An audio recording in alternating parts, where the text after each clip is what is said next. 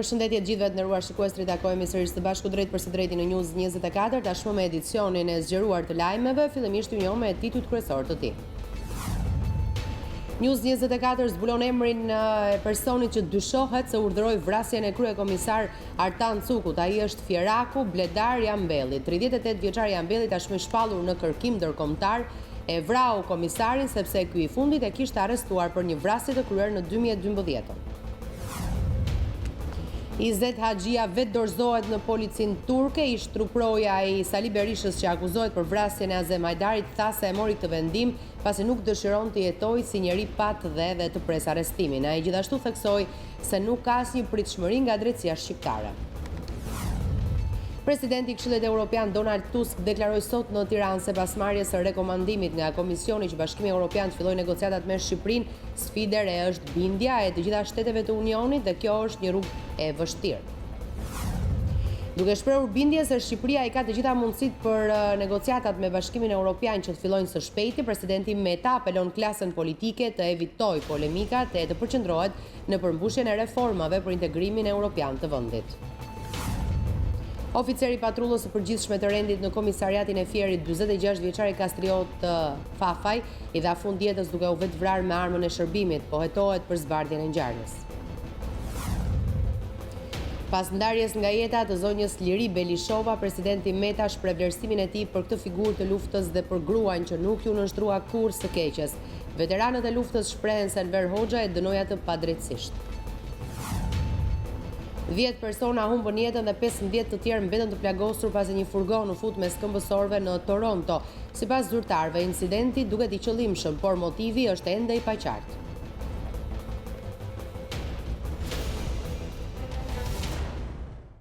E nisim edicionin informativ me lajmin e fundit. News 24 ka zbuluar emrin e njeriut që dyshohet se urdhëroi vrasjen e kryekomisar Artan Cukut.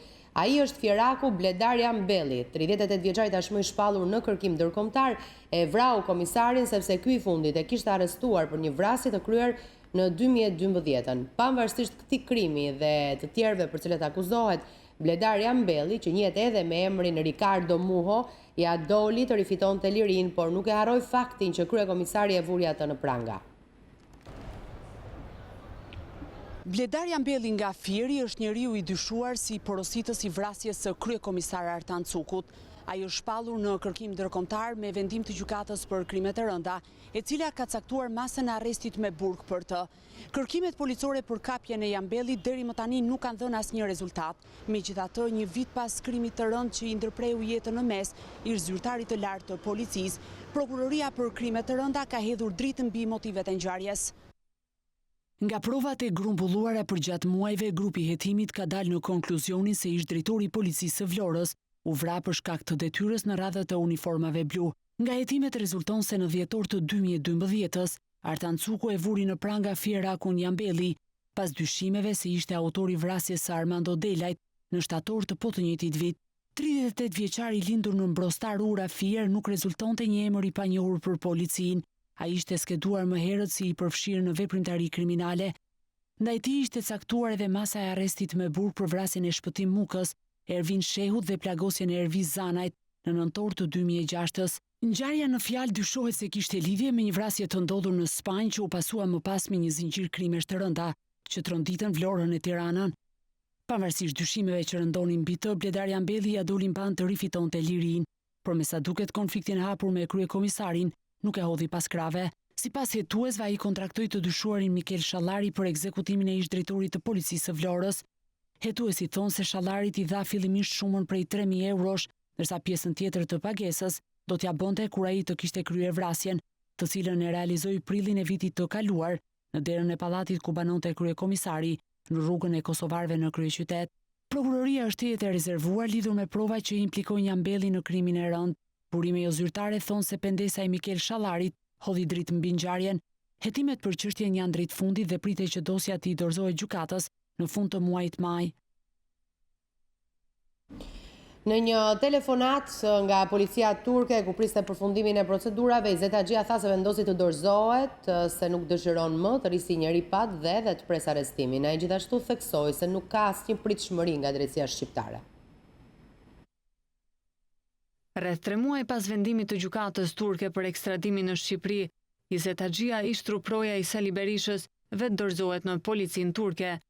Dorëzimin e tij përpara se policia ta arrestonte, Haxhia sqaroi për News24 me argumentin se nuk mund ta linte fatin e tij në dorë të një marrëveshje ndërshtetërore, pas së cilës sipas tij mund të fshihen dhe interesa. Duhet të them Shqipëri, e gjitha. Si është ky insistim për të kthyer në Shqipëri, zoti Haxhia? Kam parasysh këtu deklaratën tuaj se nuk keni besim tek drejtësia, prandaj dhe u larguat, prandaj ikët. Po besim te drejtësia nuk ka për të bërë asnjëherë në Shqipëri. Edhe nuk mund të rri këtu si njeri pa dhe në Turqi pas një lloj letre, pas një lloj dokumenti, pas një lloj ashtu duke pritur që se kur mund të tekë tyre, sipas marrëveshjeve të tyre ndërshtetërore me dy qeverive për interesat e tyre të rritë të mëkatin ata. Më mirë të zonë vetë sa të vitë kapin policia. Izet Haxhia është dënuar me 25 vite burg nga drejtësia shqiptare për lidhje me vrasjen e Azem Hajdarit, akuzë të cilën ai e ka mohuar vazhdimisht. Vetë dorëzimi i tij hap rrugë për shpejtimin të procedurave për ekstradimin në Shqipëri. Do dalë gjykatën për datë vendimin. E saj për të ashtu të kalu, pastaj janë përgjigje të ardhjes së ekipit partner gjasës nga Shqipëria për marrjen e time në dorëzim.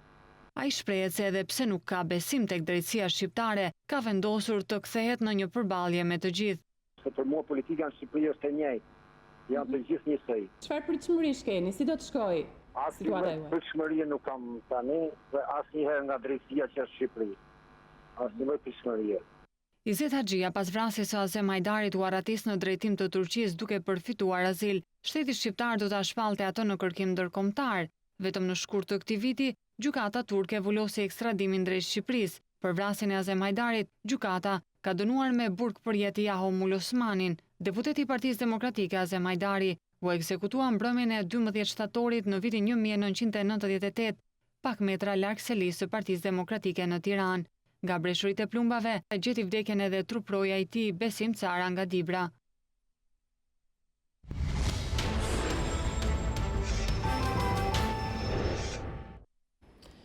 U nda nga jeta në moshën 92 vjeçare Liri Belishova, një nga drejtueset kryesore të Partisë Komuniste, por gjithashtu e përndjekur dhe internuar nga diktatura.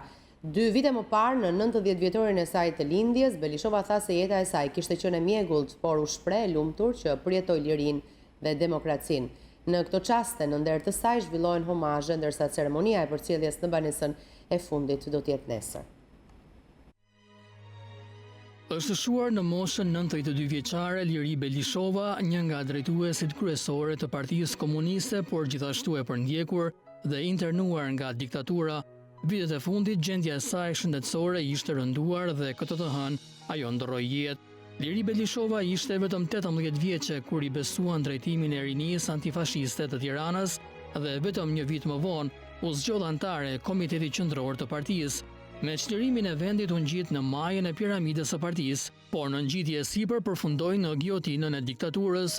Kjo është historia e Liri Belishovës, vajzës me kordele që në luftë humbi njërin sy dhe pas luftës humbi titujt e dekoratat, humbi vajzën e vet me dritën, por edhe 2 bashkëshortët, Nako Spiro e Macho Çomo. Mori goditjen e parë në vitin 1947 kur i fejuari saj, Nako Spiro u kryqëzua nga partia dhe bëri vetvrasje.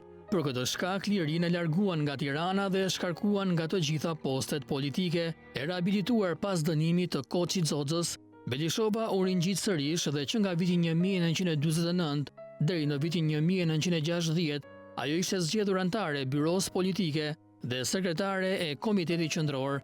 Tatpjeta e saj nis menjëherë pas një vizite zyrtare në Kijën dhe Moskë në qershor të vitit 1960. Ishte koha kur Kremlini i udhëhequr nga Hrushovi përjetonte frymën e anti-stalinizmit. Belishovën e akuzuan se gjatë takimeve me liderët rus u transmetoi atyre qasjen anti-sovjetike të udhëheqësve kinez. Kaq ishte mjaftueshme që ajo të futej në syrin e ciklonit. Në shtator të atij viti, Shqipëria i ndërpreu marrëdhëniet politike me Bashkimin Sovjetik. Në fushatën e spastrimeve që ndodhen si pasojë e ndryshimit të kursit politik, Liri Belishova u përjashtua nga të gjitha postet politike dhe partijake si simpatizuese e Hrushovit, që këtej nisi kalvari vuajtjeve pa mbarim. Fillimisht e internua në Gjirokastër, mandej në progonatat e Pelenës e Corrik, plot 31 vite, deri në vitin 1991, kur u rikthye në Tiranë. Liri Belishova ka kërkuar falje që ka punuar me diktatorin Enver Hoxha, ndërsa 2 vite më parë, në 19-vjetorin e saj të lindjes, ajo u shpreh lumtur që përjetoi lirinë dhe demokracinë. Për neve lumëtëria ka qenë pak e mjergullt, e largët.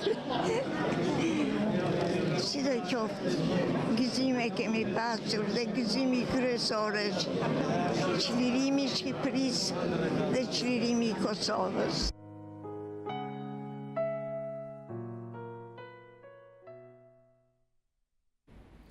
Veteranët e luftës antifashiste nacional çlirimtare vlerësojnë figurën e Liri Belishovës duke konsideruar atë një atëdhetare të mirë. Sipas tyre, diktatori Enver Hoxha e dënoi padrejtësisht. Liri Belishova që një femër e zgjuar një atëdhetare e plot. Është shumë e mirë, shumë e aftë. Por gjatë jetës pati fatkeqësina shumë mëdha, edhe gjatë luftës i vëran burrin, pati ashtu u rrit në detyrë. Dhe nuk është se dihet se u lyu mua apo s'bëri mua vizitën me Krushovin, po Enveri e dënoi padrejtësisht. Ajo vujti në Vlorë shumë kohë, i vdisin ato 2 vajza, po qeni femër në atëdhetare shumë ashtu. Unë kam pas respekt veçantë për te, jo të këtë njës. Njeriu është njeri dhe jeton dhe lë mbresa. Një ndër to ishte edhe Liri Belishova. Në mënyrë të veçantë ato periudhën e madhe të luftës nacionale çlirimtare, me ato bashkëpunëtorët e saj që ka patur kreraria e Shqipërisë, na ka lënë kujtime të mëdha. Dhe pleqërinë e kaloi mirë. Pas ndarjes nga jeta të zonjës Liri Belishova, presidenti Ilir Meta shpreh vlerësimin e tij për këtë figurë të luftës dhe për gruan, që sipas tij nuk ju nënshtrua kur së keqes, por fitoi mbi të në emër të jetës dhe lirisë. Nderim për atë dhe gjithë të rejat që u frymëzuan me idealet e lirisë, duke u bashkuar me guxim, me realizëm dhe idealizëm luftës antifashiste për çlirimin e vendit. Emri dhe jeta e Liri Belishovës mbeten simbol i një brezi të papërsëritshëm, idealistësh që zgjodhën rrugën e luftës antifashiste në emër të lirisë dhe dashurisë për atë dheun, por edhe referenca më tragjike, një jetë plot sakrifica e privacione, ferri për të mbetur gjithnjë nën dhe grua që nuk ju nënshtrua kur së keqes, por që fitoi mbi të në emër të jetës dhe lirisë, u preht në paqe dhe ju bëft shpirti dritë, thuhet në mesazhin e presidentit Meta.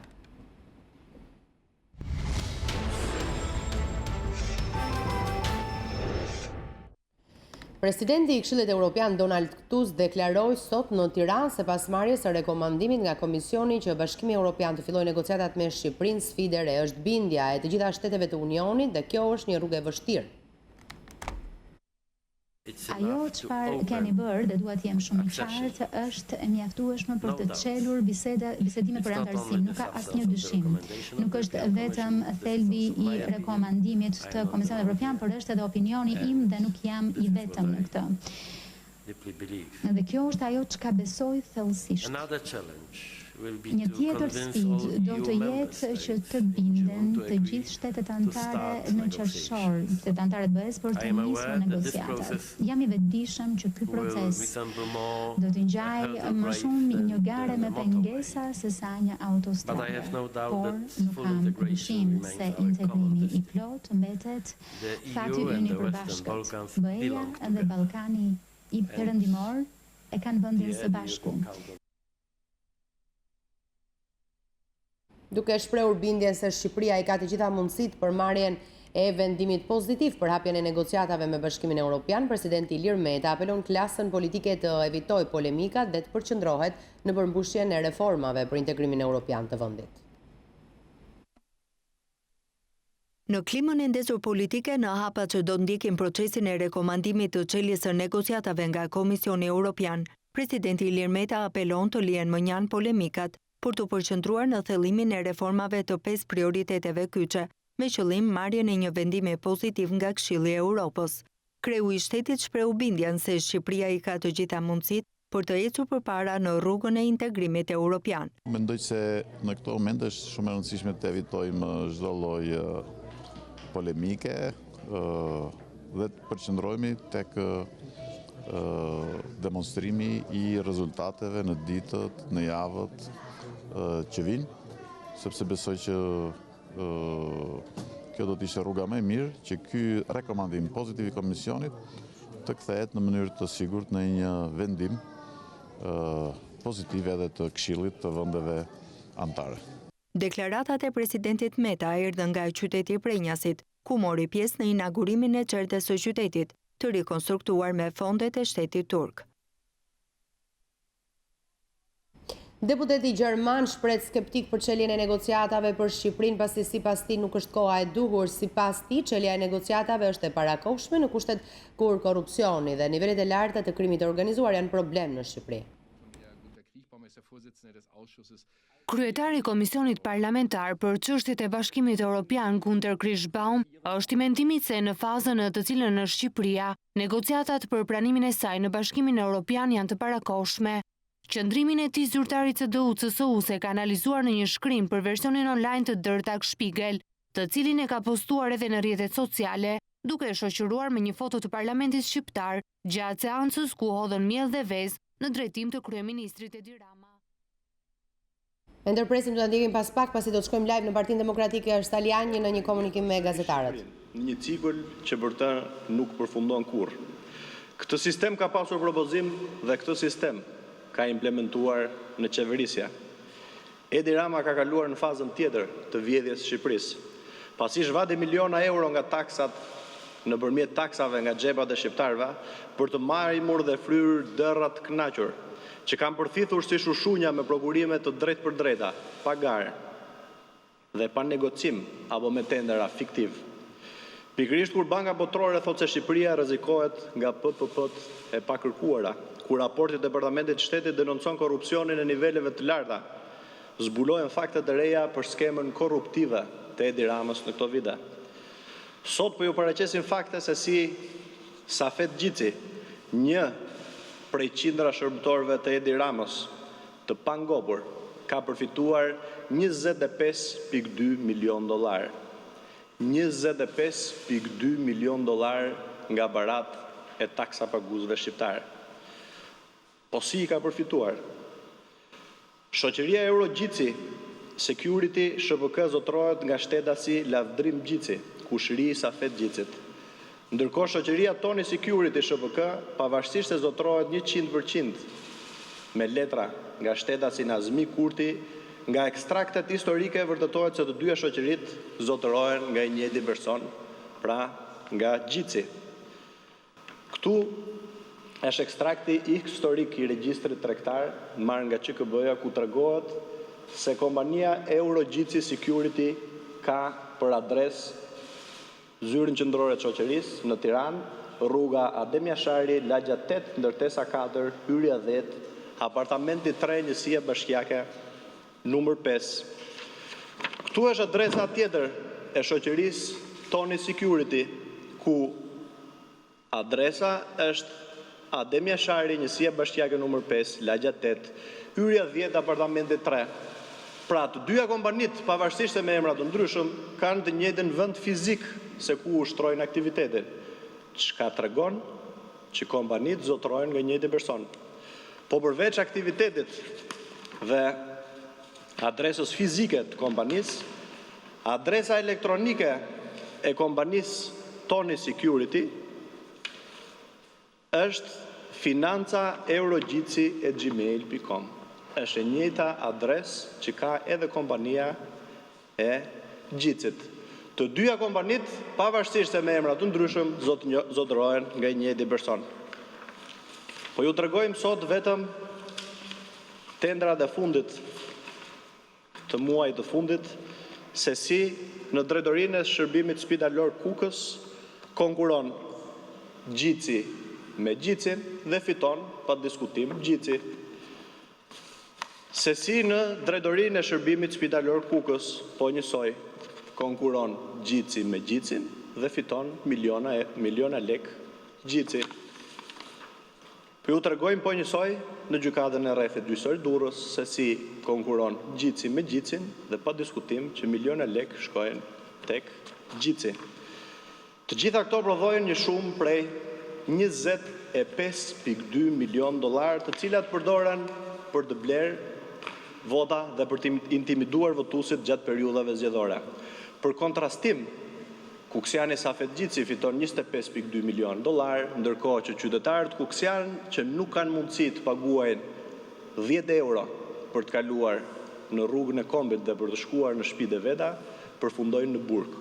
Kjo është Shqipëria e Edi Ramës. Nëse je ajdut, kriminal, nëse vjedh, bëhesh kryetar bashkie, deputet, bëhesh milioner.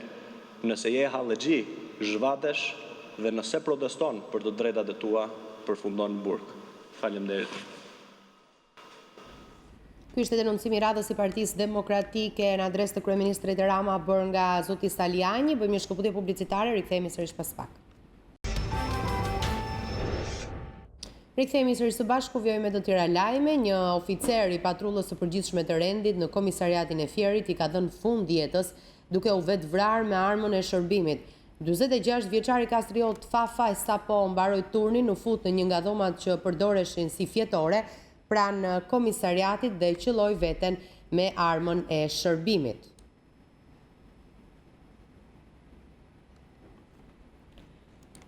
Do të shkojmë në këto momente live në lëvizjen socialiste për integrim për të ndjekur së bashku në këtë komunikim me gazetarët, zotin Nasip Naço dhe kryetarin e bashkisë Skrapar Esim Spahiu. Gjasme kundër projekt vendimeve të bashkisë, por që në fakt ishin dhe mbetën kundër njerëzve të thjeshtë të Skraparit. 876 familjet pa aftësisë do të mbeten pa të ardhura për veten dhe familjet e tyre për shkak të këshillave verbale të deputetit Partisë Socialiste, zotit Adnor Shamedi, që u jep këshilltarëve të subjektit të tij. Po ashtu dhe 418 aplikantë ndihmës ekonomike do mbeten pa të ardhura nga kjo mungesë e këshilltarëve, duke treguar papërgjegjësinë morale ndaj komunitetit që ata përfaqësojnë. Bashkia Skrapar apelon të këshilltarët e përgjegjëshëm të subjektit politik Partia Socialiste të reflektojnë ndaj këtij bojkoti politik, pasi buka e gojës nuk pyet për ndasitë politike. Ata që mbeten më të dëshkuar nga këto veprime nuk janë partitë apo politikanët, por vetë populli që me votën e tij i zgjodhi për t'i përfaqësuar dhe jo për të lënë në fatin e disa njerëzve që nuk u shkon në mendje varfëria e këtij komuniteti. Hallet e tyre, por vetëm interesat e tyre vetjake. Dhe si të parakalojnë mesazhive me makina luksoze pa e kthyer kokën ndaj tyre.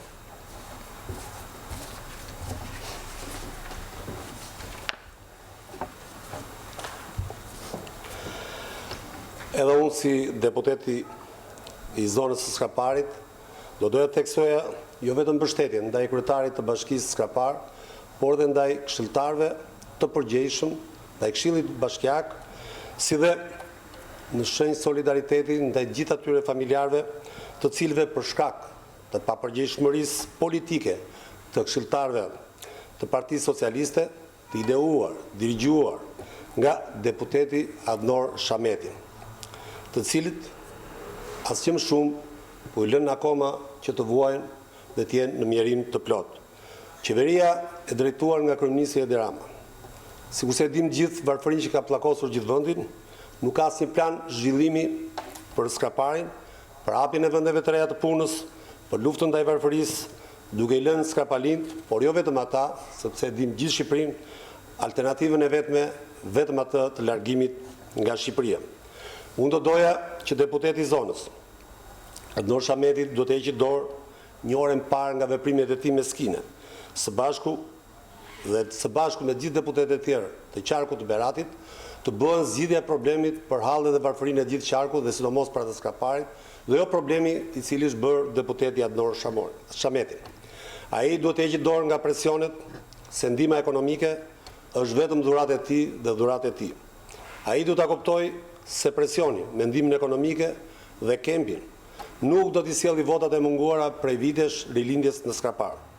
Deklarimet e tij se do jetë ai në mbledhjen e ardhshme të Këshillit Bashkiak, me prezencën e tij do të lërë të kuptojë të gjithëve se ndihmën ekonomike dhe përkrahjen sociale është dhuratë e tij dhe vetëm po të dojë ai do ta marrin këta njerëz të cilët ja u jep ligji. Ky s'është gjë tjetër vetëse një veprim delirant i këtij deputeti. Janë jo pak, por rreth 876 familje, përfituese të paaftësisë së përkohshme, të cilat do të mbeten pa të ardhura, duke bërë që ata t'i drejtohen listave të dyqaneve, duke humbur nga dinjiteti i tyre, një dinjitet dhe krenari të cilin e kanë. Dhe si rrugë të vetme të lihen jo vetëm braktisje nga skrapari, po të ikin dhe nga gjithë Shqipëria. E njëjta situatë është dhe për 418 aplikantë të rinj të ndihmës ekonomike, të cilët do të mbeten pa të ardhura, vetëm për shkak të mungesës së këshilltarëve të rilindjes në mbledhjen e Këshillit Bashkiak. Qëllimi i deputetit të rilindjes është i qartë. Sa më të varfër të jenë njerëzit e kësaj zone, aq më lehtë është që të përkundrejt varfërisë të blejnë votën e tyre.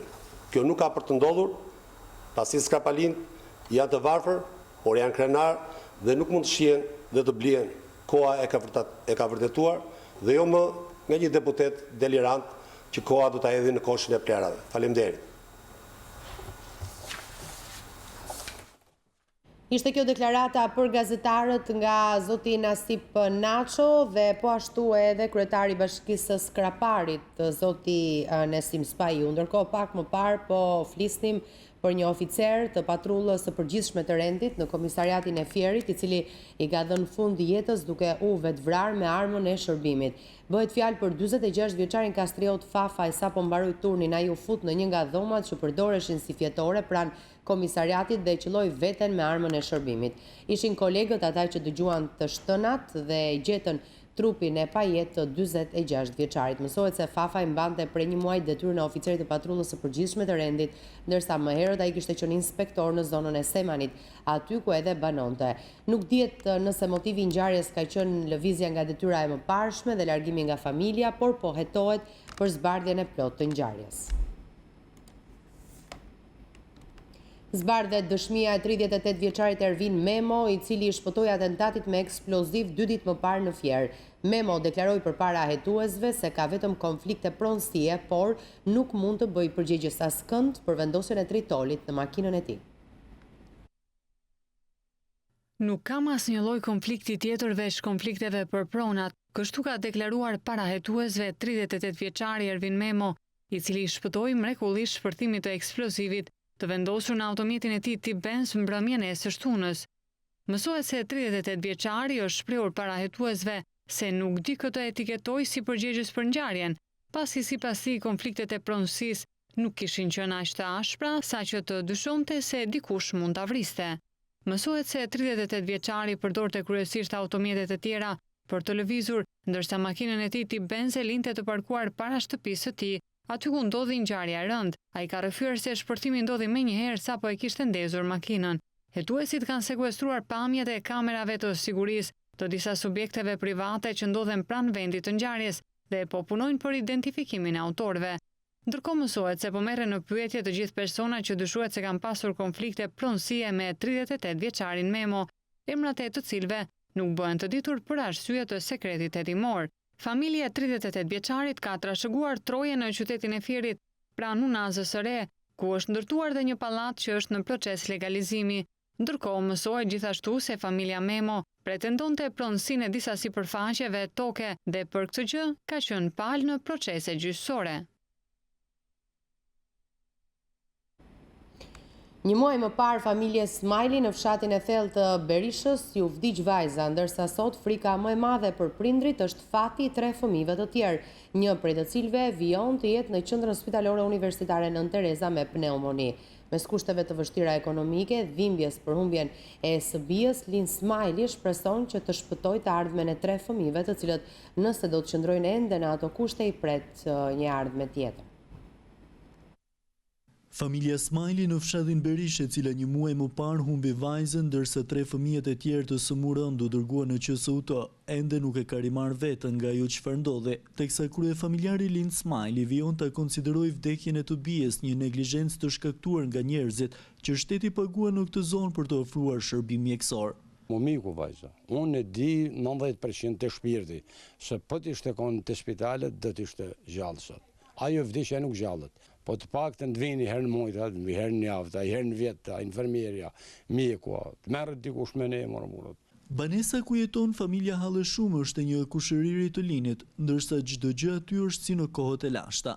Lini thotë se edhe pas asaj çfarë ndodhi, askush nuk e ka ndihmuar, ndërsa të vetmen zgjidhje shikon largimin prej zonës së thellë, atje në mesin e maleve të veriut të Shqipërisë. Me të vdek fëmija 13 vjeç. prindim karit vogël, mjekësore, nështë mund të kish vdek ku do t'i shkon, po prindim karit vogël për zotën zarash. Bëjmë e malë, është në mërzje malë, dhe 4 tjerë që në kam vdesin. Asë shumë ka thonë, kur shqip, ata nuk më gjallën vajzën, po të pakten, me thonë, po të nimojme, po të shojmë të fëmijë, ku është gjajmë e dhomë, së banë miljarda lekë, për këta fëmijët me lanë pa shkollë s'kanë, ja i pa veti. I kem që e kom djallë një invalid, s'ma kanë dhonë që është vjetën korrik. Nëse di se se kom asë shtetit, asë bashkis, asë fshatit, asë kurkuj përveç zotit, që zotit është i malë. Të di se shetë dhe të bëjnë këtu, s'kom ku jetëj, që kurri, e pa të shpinë, shpi s'kom, ma kalonë ku shrini për se vap, e pave ku fjajmë, kurrim. Në fakt është e çuditshme se si strukturat shtetërore nuk reaguan për nxjerrjen e një përgjegjësie pas asaj çfarë ndodhi, teksa duket se po në përkombet fati i kësaj familje të varfër dhe pa forcë për të reaguar. Në zonë thuhet se ka edhe një infermiere që shteti e paguan ende, ndonse kjo e fundit nuk shkon një ditë të vetme për të ofruar shërbim, duke vënë në rrezik jetën e fatkeqëve të mbetur ende atje. Po infermieri na thonë është në qyshesh, unë se di se kurrën, nga qyshesh i thonë është. Në tjetër thotë është nga i balja, tjetër thotë është, sepse nuk e tërgojnë, sepse kanë interesin e vetë. Tash kur i thëmë mjekut, nga jep numrin e telefonit që të kontrakt këtë me tha, thotë nuk ja kom numrin e telefonit, po sa mirë o zotëri ja banë për dërat e jep rogën. Infermiera sa, punoj si të shtetit ta. Familja Smali pret akoma për ndihmë, ndërsa për ta çdo gjë në fshatin Berish është e pamundur. Ja, një kokër leku se kam shpirë që nesër të shkoj te vajza, me që kam marrë sot se bëna një muj, pa i pa këta 3 fëmijë që kam këtu, me që të shkoj nesër. Largohemi nga Berisha, zona më e thellë e veriut të Shqipërisë, duke lënë pas një dramë njerëzore, e cila ka nevojë për reagim, kryesisht për reagimin e shtetit, i cili duhet të veprojë menjëherë. Për News24, Armir Meaj. Antarët demokrat dhe ata të Lëvizjes Socialiste për Integrim në Këshillin Bashkiak të Durrësit u bën bashkë dhe rrëzuan taksën e pronës. Mbledhja u shoqërua me debate të shumta kur këshilltarët e opozitës argumentuan se taksa e re rëndon së tepërmi familjet dhe kërkon ulje të nivelit me 30%. Pika e 4 e rendit të ditës në Këshillin Bashkiak të Durrësit, ajo e taksës së pronës, u kundërshtua fuqishëm nga këshilltarët demokrat dhe ata të Lëvizjes Socialiste për Integrim, të cilët bashkuan votat dhe rrëzuan. Teksa e kundërshtoi këtë taks, kreu i këshilltarëve të djathtë argumentoi se ajo rëndon buxhetin e të gjitha familjeve, e veçanërisht atyre të zonave rurale. Ndërtesa mbi 40 vjeçare do të paguajnë të njëjtin çmim si ndërtimet e reja që sot po shiten me 1.000, 1.200 apo 1.500 euro metri katror. Dhe kjo për ne është e papranueshme. Qeveria e Edi Ramës po tallet me qytetarët, po rrit nivelin e taksave në të gjithë sektorët dhe në mënyrë drastike edhe në taksën e pronës. Taksa e pronës në fshatrat e Durrësit ka qenë nga 2.5 lek deri në 4.2 lek. Sot shkon në 23.6 lek. Pra kemi një rritje nga 10 deri në 15 fish. Në të njëjtën linjë u shprehën edhe këshilltarët e Lëvizjes Socialiste për Integrim, të cilët propozuan që taksa e pronës të ulet me 30%. Duke gjykuar që kjo taksë e lartë do të preki shumë nga familjet që kanë të ardhura më të pakta dhe kanë mundësi ekonomike më të vogla, ne i kërkuam bashkisë që duke qenë që ekziston mundësia dhe hapësira ligjore e parashikon që Këshilli Bashkiak të mund të uli me 30% taksën e vendosur nga qeveria, atëherë ne i kërkuam që në qytetin e Durrësit të ketë një diferencim midis banesave, familjeve që banojnë në apartamente përpara vitit 93 dhe atyre mbas vitit 93. Kryebashkiaku Vangjush Dako u shpreh se taksat janë më të ulta se një vit më parë dhe favorizojnë ndjeshëm biznesin dhe qytetarët. Taksa për popullatën është afër 22% më e vogël se çka qenë deri më sot. Gjithashtu edhe taksa e biznesit është më e ullët se çka qenë një vit më parë. Bashkisë së Durrësit do t'i mungojnë afër 1.5 milion dollar të ardhura vetëm nga ulja e kësaj takse. Pra janë përfitues të drejt për drejt bizneset që operojnë në Durrës, përfitues të drejt për drejt të qytetarëve që banojnë në Durrës. Mbledhja e Këshillit Bashkiak u shoqërua me debate të shumta edhe për infrastrukturën rrugore në Durrës, ku sipas këshilltarëve të opozitës ka mungesë transparence në dhënien e fondeve publike.